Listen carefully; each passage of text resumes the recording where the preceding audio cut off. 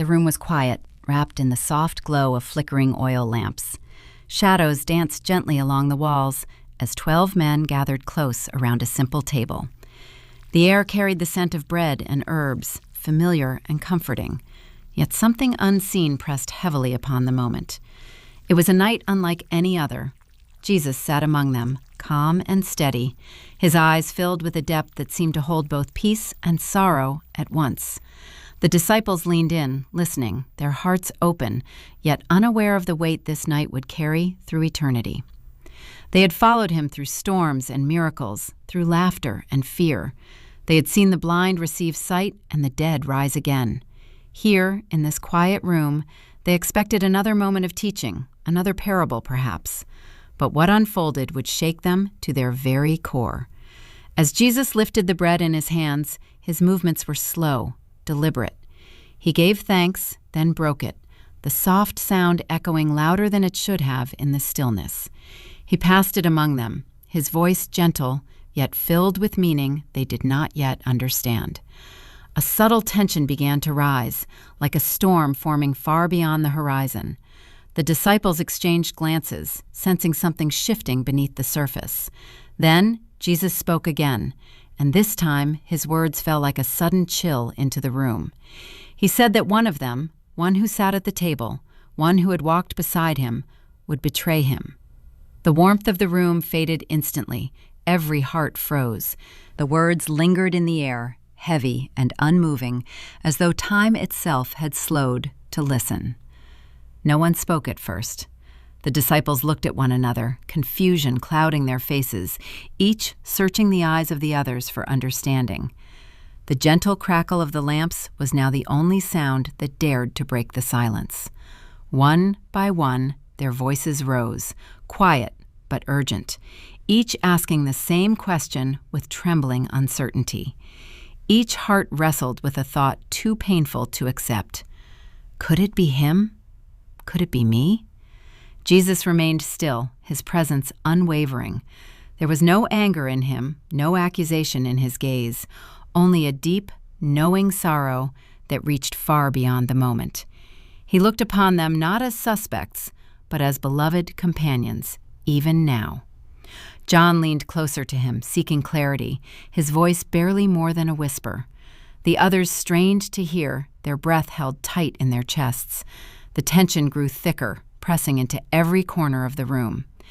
Jesus answered softly, revealing that the one who would betray him was the one who would share the bread from his hand. The act itself, so simple, so intimate, carried a meaning too profound to ignore. It was a gesture of closeness, of trust, now shadowed by something unthinkable. Across the table, Judas sat quietly. His face remained composed, but beneath the surface, a storm raged. His fingers tightened slightly, his eyes flickering with something he dared not reveal. The weight of his secret pressed against him, unseen by the others, yet known fully by Jesus. And still, the bread was passed. The moment had come closer than any of them realized. The bread moved from hand to hand, each disciple receiving it with quiet reverence. Yet now, every gesture felt different, heavier, as though each movement carried hidden meaning. The simple act of sharing a meal had become something sacred, something trembling on the edge of revelation. Jesus dipped the bread and extended it gently. His hand did not hesitate. His eyes did not waver. Across the table, Judas reached out. For a brief moment, their hands met. It was a moment no one else fully understood, yet it held the weight of heaven and earth. In that touch was kindness, even now. In that offering was love that did not pull away, even in the face of betrayal. Judas took the bread. A stillness fell over him, deeper than before. The flickering light seemed to dim around his face, casting shadows that clung to his expression. What stirred within him could no longer be hidden, though none at the table could yet see it clearly. The choice he had carried in secret was no longer distant. It was alive, pressing him forward. Jesus looked at him, not with surprise, but with a quiet authority that reached into the depths of the moment. He spoke words meant for Judas alone, yet they carried a finality that echoed beyond the room. He told him to do what he had come to do. No one else understood. To the others, it seemed like part of the evening, perhaps an instruction about the needs of the feast or something yet to be prepared. They did not see the breaking that had already begun, not of bread, but of loyalty, of trust. Judas rose from the table, the door opened, and the night received him. The door closed behind him, and the faint echo seemed to linger longer than it should have. A cool emptiness slipped into the room, as though something vital had quietly departed. Yet the others remained, still seated, still searching for meaning in words they could not yet grasp. Jesus turned his attention back to them, his voice steady, though the weight of what was coming drew closer with every passing moment. What had just taken place did not interrupt his purpose. It revealed it. He spoke of glory, though the path ahead would not look like triumph. He spoke of a time when they would not be able to follow him where he was going, words that stirred confusion and quiet fear among them. They had left everything to walk beside him. The thought of separation felt impossible. Yet his tone remained gentle, filled with a love that did not weaken under the shadow of what lay ahead. He gave them something new, something simple yet deeper than any command they had heard before. He told them to love one another, just as he had loved them, not with words alone, not with convenience, but with a love willing to give, to serve, to endure. The room seemed to hold its breath as the meaning settled over them. This was how the world would know them, not by power, not by victory, but by love. Peter leaned forward, his heart burning with devotion, yet unsettled by what he had heard. He could not accept the thought of losing his place beside Jesus. He asked where he was going, his voice filled with urgency. Jesus answered with calm certainty, telling him that he could not follow now, but would follow later. Peter's resolve rose quickly, strong and unyielding. He insisted that he would lay down his life if it came to that. The words were bold. But the night was not finished speaking. Jesus looked at Peter with a gaze that held both tenderness and truth, a look that reached deeper than Peter's own understanding of himself. The room grew still once more, the flickering light reflecting in eyes that did not yet see what was coming. Peter's devotion was real, his love sincere. He had left his nets, his home, his former life, to follow Jesus. He had stepped out onto the waters in faith, had stood firm when others trembled. In his heart, there was no doubt. He would never turn away. But Jesus spoke gently, not to shame him, but to prepare him. He told Peter that before the night was over, before the rooster would greet the dawn, Peter would deny him. Not once, but 3 times. The words settled heavily between them. Peter's expression tightened, his confidence shaken, but not broken. He could not accept it. Everything within him resisted the possibility. His voice rose again, stronger now, insisting that even if all others fell away, he would remain. Even if it meant facing death itself, he would not deny the one he loved. Around the table, the others nodded, their hearts echoing the same promise. Loyalty filled the room once more, sincere and untested, like a flame not yet touched by wind. Jesus did not argue. He did not press them further. Instead, he let the moment rest, knowing what each heart would face before the night gave way to morning. The truth had been spoken, not to condemn, but to reveal the weakness that only grace could restore. And still, despite what he knew, his love for them did not change. The weight of the moment lingered, yet Jesus did not allow fear to take hold of their hearts. His voice softened, drawing them back from the edge of confusion and into a place of quiet trust. He spoke as one who saw beyond the night, beyond the sorrow that waited just ahead. He told them not to let their hearts be troubled. Though they did not yet understand, he spoke of a promise greater than their fear. He spoke of his Father's house, of a place prepared, of a future where separation would not last. His words were like a light placed gently in their darkness, steady and unshaken. The disciples listened closely, their questions still rising, yet something in his voice held them still. There was certainty in him that did not waver, even as everything around them seemed to shift.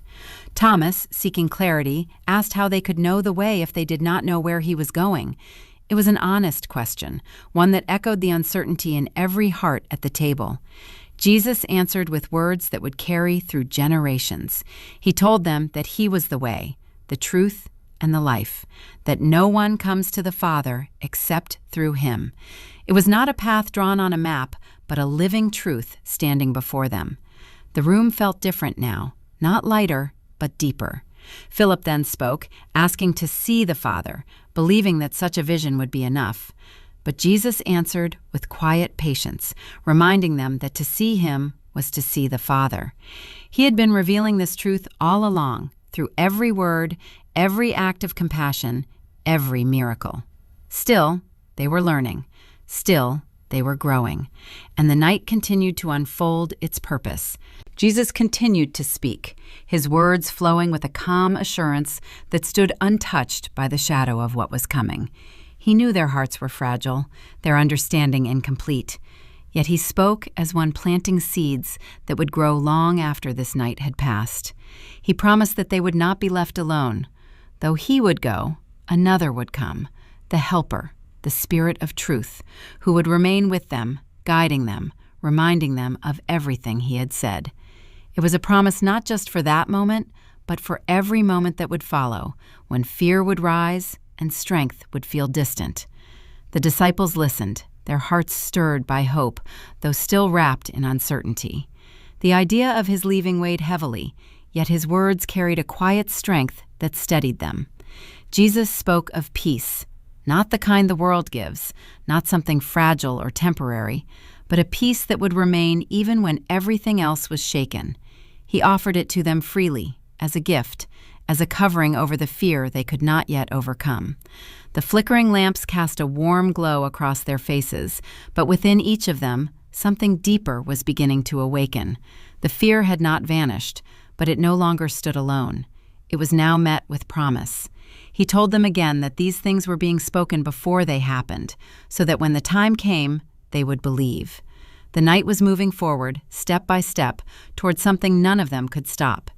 Yet in the middle of it all, Jesus remained steady, unshaken, certain, and filled with a love that refused to let them go. The room grew quieter still, as if even the air leaned in to hear what he would say next. Every word now seemed to carry a deeper weight, settling into their hearts in ways they would only understand later. Jesus lifted his eyes, looking at each of them with a love that was both gentle and unbreakable. He spoke of obedience, not as a burden, but as a response to love. Those who loved him would keep his words, and in that obedience, they would remain close, held in a bond that nothing could truly sever. The disciples listened, their hearts stirred, though the fullness of his words had yet to unfold within them. He spoke again of the peace he had given them, urging them not to be afraid. Though the ruler of this world was coming, he had no claim over him. What was about to happen was not loss of control, but the fulfillment of a purpose set long before this night began. There was a quiet authority in his voice, a certainty that stood firm against the approaching darkness. He told them that he loved the Father, and that everything he did was in obedience to him. Even what lay ahead, the suffering, the sorrow, was not without meaning. It was love in action, love that would not turn back. The disciples sat in stillness, the gravity of the moment pressing deeper into their souls. They did not fully understand, but they could feel it. Something sacred, something final, something that would change everything. Then, after all had been spoken, there was a pause. Not empty, but full. A moment suspended between what had been and what was about to begin. And in that quiet, the truth remained. The table had revealed every heart, even the ones that would soon break. Jesus looked upon them once more, his presence steady, his love unwavering. Though the room still held warmth, the hour had grown heavy with meaning. What began as a shared meal had become a moment that would echo far beyond those walls, reaching into generations yet to come. He gathered the final moments carefully, as one who knows the value of every word spoken before parting. The disciples sat close, their hearts pulled between peace and unease, between trust and the unknown. Then Jesus did something simple, yet eternal. He took the cup. Giving thanks, he passed it among them, just as he had done with the bread. But this time, his words carried a deeper mystery, one that would soon be revealed in full. He told them that this cup was the new covenant in his blood, poured out for many. The words settled over them like a quiet storm. They drank, not fully understanding, yet sensing that this moment marked something sacred, something that would not be undone. The act bound them together in a way they could not yet explain, a unity not built on strength, but on what he was about to give. Outside, the night stretched on, silent and waiting. Inside, the truth stood among them. The bread had been broken. The cup had been shared. Love had been given freely, even to the one who had already stepped into the darkness. And though betrayal had begun its work, it had not overcome what was greater. For even now, in the face of loss, something unshakable was being established. A promise, a covenant, a love that would endure beyond the night. The final moments at the table unfolded with a quiet depth that none of them would ever forget. The lamps still burned, the bread still lay before them, yet everything had changed. What once felt ordinary had become eternal. Jesus looked around at the faces of the 11 who remained. Each one carried questions, fears, and a love that had not yet been tested by what was coming. He knew their hearts completely, their strength, their weakness, their coming sorrow, and still, he chose to stay with them in this moment a little longer. There was no rushing, no fear in him, only purpose. He spoke to them with a tenderness that wrapped around their uncertainty. Every word he had given them that night now rested in the room, like seeds planted deep within their souls. Though they did not yet understand, those words would rise again when the darkness came. Peter sat quietly now, his earlier confidence softened by the weight of what he had heard. John remained close, listening, holding on to every word. The others leaned in, their hearts bound together, even as the night prepared to scatter them. Beyond the walls, footsteps would soon move, plans already set into motion. Judas walked deeper into the darkness, carrying out what had begun in secret. But here, at the table, something far greater had been revealed. Love that did not turn away, grace that remained, even in betrayal. A promise that would outlast failure, fear, and even death itself. The night was not the end. It was the beginning of what would change the world forever.